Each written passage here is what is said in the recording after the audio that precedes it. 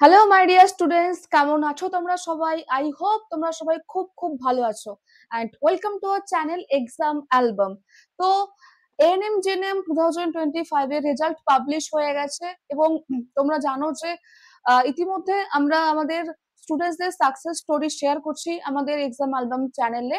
তো এবছর exam album থেকে বিপুল ছাত্রছাত্রী ভালো স্কোর করেছে, ভালো র্যাঙ্ক করেছে। প্রত্যেকের আমরা একটা করে পোস্টার অলরেডি আমাদের টেলিগ্রাম চ্যানেল এবং অন্যান্য প্ল্যাটফর্মে শেয়ার করেছি। তো ইতিমধ্যে যেহেতু এখন কাউন্সিলিং শুরু হবে, তারপর ডকুমেন্ট ভেরিফিকেশন, চয়েস ফিলিং, অনেক যেহেতু প্রসেস বাকি রয়েছে, সবাই সেগুলো কমপ্লিট করছে। তো সবাই খুব ব্যস্ত। এবার এই ব্যস্ততার মধ্যে সবার সাথে ইন্টারাকশন ভিডিও ইতিমধ্যে আমাদের করা পসিবল হচ্ছে না এই মুহূর্তে। আমরা চেষ্টা করব আমাদের আহ আহ যতটা সম্ভব হয় স্টুডেন্টদের সাথে ইন্টারাক্ট যাতে আমরা করতে পারি, এবং যারা ফিউচার অ্যাসপিরেন্ট আছো, এবছর আবার পরীক্ষা দেবে 2026 এর জন্য প্রিপারেশন শুরু করছো, তারা যাতে হেল্পফুল হয়, তাদের জন্য আমাদের অ্যাসপিরেন্টদের যারা সাকসেসফুল তাদের আমরা ইন্টারাকশনটা তুলে ধরছি। তো আমাদের সাথে আজকে রয়েছে শ্রেয়া দাস। শ্রেয়া স্কোর করেছে 83.08, খুব ভালো স্কোর করেছে এবং তার জিএনএম র্যাঙ্ক হচ্ছে 528 আর এএনএম র্যাঙ্ক হচ্ছে 518। তো অনেক ব্যস্ততার মধ্যে আমরা শ্রেয়াকে আমাদের সাথে আজকে পেয়েছি। খুব ভালো লাগছে এবং এক্সাম অ্যালবাম থেকে নিজেকে খুব গর্ববোধ হচ্ছে। শ্রেয়া এত ভালো র্যাঙ্ক করেছে। আজকে আমরা শ্রেয়ার সাথে কথা বলবো তার রিয়াল প্রিপারেশন জার্নি, তার স্ট্র্যাটেজি এবং সে কিভাবে পড়েছিল, কি কি বিষয় মাথায় রেখেছিল, ফিউচার অ্যাসপিরেন্টদের কি সাজেশন দিতে চায়, সমস্ত কিছু আমরা আজকে একটু আহ আলোচনা করব। তো ওয়েলকাম শ্রেয়া, তোমাকে প্রথমে জানাই অনেক অনেক শুভেচ্ছা, অভিনন্দন আমাদের এক্সাম অ্যালবামের তরফ থেকে। আমরা আজকে তোমার জন্য সিরিয়াসলি খুব খুব প্রাউড ফিল করছি। তো তুমি যদি আমাদের দর্শকদের সামনে নিজেকে ইন্ট্রোডিউস করো। আমার নাম শ্রেয়া দাস। আমি পুরুলিয়া জেলা থেকে কথা বলছি। আমার নাম্বার হয়েছে 83.08, আর আমার জিএনএম র্যাঙ্ক হয়েছে 528, আচ্ছা এবং আমার এএনএম র্যাঙ্ক হয়েছে 518। আচ্ছা, তো তুমি আমাদের এক্সাম অ্যালবামে কোন ব্যাচে পড়তে জানো? আমি বিলিভার ব্যাচে পড়তাম। আচ্ছা আচ্ছা, বিলিভার ব্যাচে। তোমার কি এটা প্রথমবার পরীক্ষা ছিল? না, এটা আমার দ্বিতীয়বার। মানে তুমি এর আগের বছর পরীক্ষা দিয়েছিলে? হ্যাঁ ম্যাম। তো তখন তোমার কত র্যাঙ্ক হয়েছিল তাও আনুমানিক? ম্যাম, আমার 5,400 সামথিং কিছু হয়েছিল। মানে সেই 5,000 র্যাঙ্ক থেকে আজকে শ্রেয়া 500, কোথায় 5,000 ছিল, হ্যাঁ 5,000 থেকে আজকে শ্রেয়া 500তে এসেছে। এটা কি করে সম্ভব হলো? মানে এই যে জার্নিটা কি করে পসিবল? মানে আমি নিজেও খুব অবাক হচ্ছি। ম্যাম, আমি এইচএস দেওয়ার পর এই প্রথমবার যখন এক্সাম দিলাম তখন তো জাস্ট র্যান্ডম ভিডিও দেখতাম। দিয়ে আপনাদের একদিন ইউটিউবে চ্যানেলটা পেলাম, দিয়ে আমি কোয়েশ্চেন দেখতাম, যেগুলো ক্লাস থাকতো সেখান থেকে ক্লাস করতাম। দিয়ে সেবারে অত ভালো প্রিপারেশন হয়নি। আচ্ছা আহ উম, আম- আমি তাও এমনি বসলাম, দিয়ে দেখছি না ভালো তো রেজাল্ট হলো না। দিয়ে আপনাদেরই একজন স্টুডেন্ট যে গত বছর পেয়েছে, হুম, আহ তার কাছে জানি, দিয়ে ব্যাচ পারচেজ করি। আর তারপর তো দেখতে পাচ্ছেন আচ্ছা আবার আচ্ছা এত ভালো র্যাঙ্ক হয়েছে। আচ্ছা। মানে সত্যি আমি নিজেও এক্সপেক্ট করিনি ম্যাম। মানে রেজাল্টের দিন পর্যন্ত আমি অনেক ভয়ে ছিলাম, কারণ গত বছর এত খারাপ হয়েছিল যে নিজেকে অতটা মানে মোটিভেশন পাওয়া যাচ্ছিলেন। কিন্তু আপনার সাথে কথা বলে আপনি তো এমনি তো বলতেন সারাক্ষণ যে যখনই ডিমোটিভেট ফিল করবে আমায় কল করবে। আপনাকে কল করতাম তো সত্যি অনেক মোটিভেট হতাম তখন, যে হ্যাঁ কেন হবে না, একবার হয়নি তো কোনো ব্যাপার নেই, আরো হবে। একদম একদম। তো তুমি বিলিভার ব্যাচ তো আমরা বোধহয় আগস্ট মাস থেকে গত বছর শুরু করেছিলাম, সেপ্টেম্বর কি আগস্ট থেকে, মানে তখন থেকে তুমি শুরু করেছো তোমার প্রিপারেশন, তাই হ্যাঁ তো? ম্যাম। আচ্ছা আচ্ছা। তো তুমি হুম। কোন সাবজেক্টটা কিভাবে পড়তে, ক্লাসের রুটিন ছিল তোমার নির্দিষ্ট কোনো? ম্যাম, আমি তো লাইভ ক্লাস করতাম। হুম তাহলে লাইভ ক্লাস করার পর আমি ব্রেক নিতাম একটু। হুম ব্রেক নেওয়ার পর যেটা পড়ানো হতো হুম সেটা আগে একবার দেখে নিতাম। হুম দিয়ে টেক্সট বইটা পড়তাম বায়োলজির, যেহেতু আপনি বারবার বলতেন যে টেক্সট বইটা ভালো করে পড়বে, হুম তাহলে টেক্সট বই পড়তাম। আর যেহেতু কোয়েশ্চেন অ্যান্সার আলাদা করে পড়তে প্রয়োজন হতো না, কারণ হুম আপনারা তো যে কোনো চ্যাপ্টার শেষ হওয়ার পরে কোয়েশ্চেন অ্যান্সারের ক্লাস করাতেন, তাহলে হুম সেখান থেকে নিজেকে বোঝা যেত যে আমি চ্যাপ্টারটা কতটা বুঝতে পেরেছি হুম কিনা। সেখান থেকে কোয়েশ্চেন অ্যান্সার কমপ্লিট হতো। আর অন্যান্য সাবজেক্ট তো ম্যাথ, ম্যাথ বলুন, ম্যাথে আর তারপর ফিজিক্যাল সায়েন্স হোক, ইংলিশ হোক, সেখানেও সব মানে থিওরি তো আহ, মানে ক্লিয়ার করার সাথেও কোয়েশ্চেন গুলো যখন ক্লিয়ার হতো না, তখন আরো বুঝতে পারতাম যে হ্যাঁ এখানে খামতি আছে বা আরো একটু এখানে পড়তে হবে। তো কোয়েশ্চেনের যেহেতু আমাদের অনেক অনেক কোয়েশ্চেন হয়েছে শেষের হুম দিকে, তো ম্যাম আপনি নিজেও অনেক ক্লাস নিয়েছেন আমাদের রিভিশনের অনেক, তো সেই জন্য রিভিশনটাও ক্লাসেই হয়ে যেত। আমি ট্রাই করতাম যে যেদিন যেটা পড়া হয়েছে সেটা পড়বো, কোয়েশ্চেন অ্যান্সার পড়বো, আর আগে যে পড়াগুলো করা হতো সেগুলো হুম। পড়তাম। আচ্ছা, মানে এভাবে তোমার আমি। তোমার তোমার রিসেন্ট এইচএস হয়েছে না তাহলে? মানে তোমার এইচএস কত হ্যাঁ ম্যাম, সালে? আমি এই তো আমি এইচএস দিয়েছি, তারপরের বছর এক্সাম দিলাম গত বছর, আর এই বছর। ও মানে তোমার 2023 সালে তাহলে হয়েছে এইচএস? হ্যাঁ। হ্যাঁ আচ্ছা ম্যাম। আচ্ছা, বুঝলাম। তোমার কি স্ট্রিম ছিল? সায়েন্স, আর্টস, কমার্স কি ছিল? সায়েন্স। সায়েন্স ছিল, আচ্ছা। তো এই জন্য তোমার মানে বায়োলজিটা আরো বেশি স্ট্রং ছিল অলরেডি তাহলে। তোমার 11-12 যেহেতু সায়েন্স মানে বায়োলজি ছিল, হ্যাঁ। ম্যাথও সেম, তোমার ম্যাথ ছিল? হ্যাঁ ম্যাম, আমার ম্যাথ ছিল। তাহলে তোমার তো ম্যাথেও এখানে খুব বেশি বোধহয় প্রবলেম হওয়ার কথা নয়, তাই না? না ম্যাম, সত্যি কথা বলতে মানে এটা লজ্জার বিষয় নেই, কিন্তু আমি খুব ম্যাথে ভালো ছিলাম না, মানে ছোটর থেকে। এই যেসব মানে ম্যাথ ওই পাস করার মতো হয় না, আমি সেভাবে করছি পিয়ালি ম্যামের কাছে ম্যাথ করে। আমি জানেন 8টা ম্যাথ করেছি হুম এক্সামে, আর 8টা ম্যাথেই ঠিক আমার। মানে আমি ম্যাথ গুলো জাস্ট পরপর পরপর দেখেছি যে হ্যাঁ এটার অ্যান্সার এটাই হবে, আমি এতটা বেশি কনফিডেন্ট ছিলাম। মানে কোনো আগেরবারে যেমন আমি ম্যাথ করতেই পারিনি, গত বছর যখন পরীক্ষা দিই আমি একদমই পারিনি ম্যাম, সত্যি কথা বলছি। এবছর আমি 8টা ম্যাথ, একদম 8টা ম্যাথেই ঠিক, কারণ কোনো বাহ ওখানে কাটার কোনো অপশনই নেই।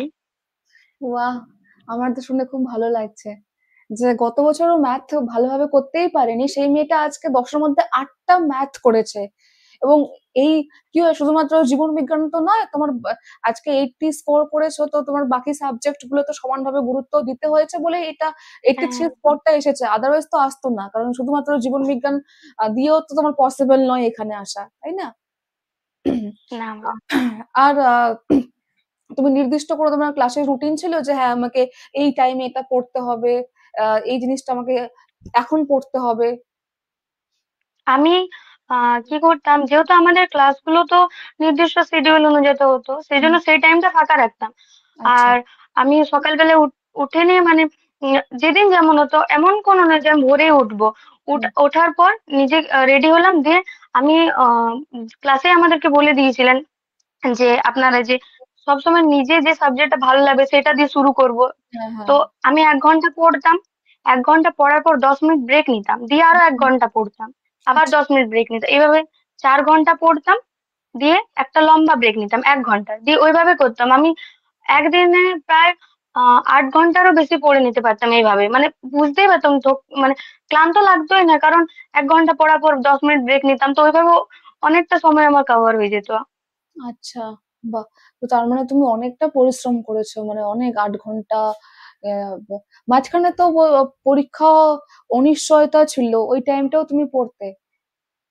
আমি যদিও হ্যাঁ ম্যাম, বলছিলাম কারণ যে পড়ো। আপনারা এইভাবে আমাদেরকে গাইড করতেন যে আমরা মনে হতো না, ম্যাম পিয়াল ম্যাম থেকে শুরু করে আপনি, তারপরে আমাদের ঐন্দ্রালা ম্যাম, কোনোদিন মানে আপনারা কোনোদিন ফিলে হতে দেননি যে এক্সাম হবে না। আপনারা তো সারাক্ষণ বলতেন যে এক্সাম হবে, চিন্তা করেন। তো ওই ডিমোটিভেশন তো আমি কোনোদিনই ফিল করিনি যে এক্সাম হবে না, কি হচ্ছে। আমি জাস্ট নিজের ফ্লোতে ক্লাস করতাম, পড়তাম। ওই ডিমোটিভেশন আসেইনি একবারের জন্য যে হবে কিনা। আপনারা সারাক্ষণ বলতেন যে তুমি হাল ছেড়ো না, এক্সাম হবে, সে দেরি হোক যাই হোক, সেদিন আমরা পড়ে যেতাম, মানে ওটার কোনো ফিল হতো না। বুঝলাম। লাস্টের দিকে অনেকগুলো ম্যারাথন ক্লাস নিয়েছিলাম, ওগুলো দেখেছিলে ম্যারাথন ক্লাসগুলো? হ্যাঁ ম্যাম, হ্যাঁ হ্যাঁ, আমি আপনার একটা 8 ঘন্টার ক্লাস সেরা আমি তো করেছি। আচ্ছা, আমার খুব ভালো লাগছে তোমার সাথে কথা বলে আজকে, ভীষণ রিয়েল ফিল হচ্ছে আমার। আর যারা ধরে নাও যে আহ, এবছর পরীক্ষা দেবে 2026-এর জন্য ফিউচার অ্যাসপিরেন্ট, তুমি তাদেরকে কি বলতে চাও, মানে তোমার দিক থেকে কোনো সাজেশন যে এই জিনিসটা এইভাবে করে পড়ো, বা আর কিছু কোনো সাজেশন দিতে চাও তুমি যেটা? ম্যাম আমি এই মানে একটা কথা তো বলতে পারি যে আহ প্রত্যেকটা ক্লাস যেমন করতে হবে সেটাকে মানে আহ, আজ পড়লাম, এটা এবার কাল দেখবো, এভাবে করা যাবে না। মানে যতটুকু এনার্জি থাকবে সেটা দিয়ে মানে পড়া বাকি রাখা যাবে না, নাহলে জমতে জমতে এমন একটা সিচুয়েশন এসে যাবে যে আর পড়তে ইচ্ছা করবে না, তখন নতুন পড়া তো দূরের কথা, পুরোনো পড়াগুলো সব ঘেটে যাবে। তো সবসময় ট্রাই করতে হবে যে আজ রাতে না হোক কাল সকাল পর্যন্ত যেন আমি আমার আজকের ক্লাসের পড়াটা কমপ্লিট করে নিতে পারি। একদম, এটা খুব ভালো কথা বলেছো।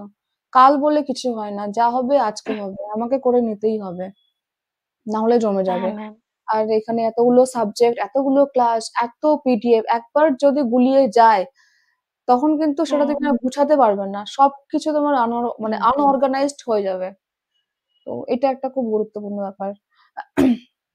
এবার অনেকে ধরে নাও এবছর যাদের রেজাল্ট ভালো হয়নি তারা হাল ছেড়ে দিয়েছে, তো তোমারও তো সেম হয়েছিল, তুমি তাদেরকে কি বলতে চাও? কারণ তুমিও লাস্ট ইয়ার এক্সাম দিয়েছিলে, তোমারও হয়নি। ম্যাম, আমি লাস্ট ইয়ার যখন এক্সাম দিই তারপর হলো না তো, যেহেতু সায়েন্স স্ট্রিমের থেকে ছিলাম তো আমাকে অনেক বেশি কথা শুনতে হয়েছে যে সায়েন্সের স্টুডেন্ট হয়েও এভাবে হলো না, অনেক বেশি। কিন্তু আমি একটা শর্টস দেখেছিলাম আপনাদের, যে সেখানে আহ মানে বলছেন আপনারা যে কোনো ব্যাপার নেই, এবছর হলো না তো কি হলো, আসছে বছর এত ভালো একটা মানে পজিশনে নিজেকে নিয়ে যেতে পারবো যে সেদিন যে মানুষগুলো আমাদের খারাপ বলেছে তারাই ভালো বলবে। ইভেন ক্লাসেও সারাক্ষণ ম্যাম আমাদেরকে বলতো যে হাল ছাড়া যাবে না।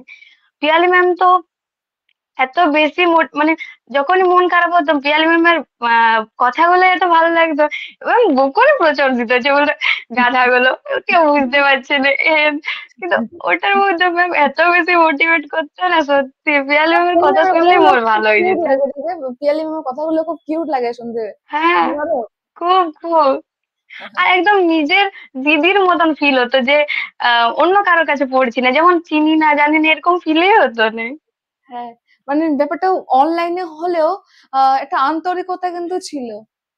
হ্যাঁ হ্যাঁ আর সেই আন্তরিকতাটা আছে বলেই হয়তো আমরা আজকে এত মানে ফ্রিলি কথা বলতে পারছি। কারণ আমি তোমাকে কখনো দেখিনি, ঠিক আছে, তুমি হয়তো আমাকে হ্যাঁ দেখেছো, আমি তোমাকে ফার্স্ট টাইম হ্যাঁ দেখছি এই 2 বছরে, হয়তো তুমি কোথাও না কোথাও আমাকে দেখেছো, বাট আমি তোমাকে দেখিনি, বা কিন্তু একবার আমার ফিল হচ্ছে না যে আমি তোমার সাথে প্রথমবার এইভাবে করে কথা বলছি, আমার মনে হচ্ছে যে না আমি তোমাকে চিনি, এরকম। তো এই ব্যাপারটা হয়তো সেখান থেকেই হয়েছে আর কি, আদারওয়াইজ পসিবল ছিল না। তো যাই হোক, যারা এএনএম জেএনএম 2026 এর জন্য প্রিপারেশন নিচ্ছ তাদেরকে আমি বলতে চাই যে আমরা নতুন একটা ব্যাচ শুরু করেছি। আমাদের এই ব্যাচে লাইভ ক্লাস হবে, রেকর্ডিং ক্লাস থাকবে, তার সাথে 4টা ব্যাচ একদম ফ্রিতে থাকবে, পরীক্ষা পর্যন্ত ক্লাস হবে। আমাদের যেমন শ্রেয়া বিলিভার ব্যাচে পড়তো আগের বছরের, তো সেই আগের বছরের যে ব্যাচ, যতগুলো ব্যাচ ছিল সব এখানে তোমরা ফ্রিতে পাবে।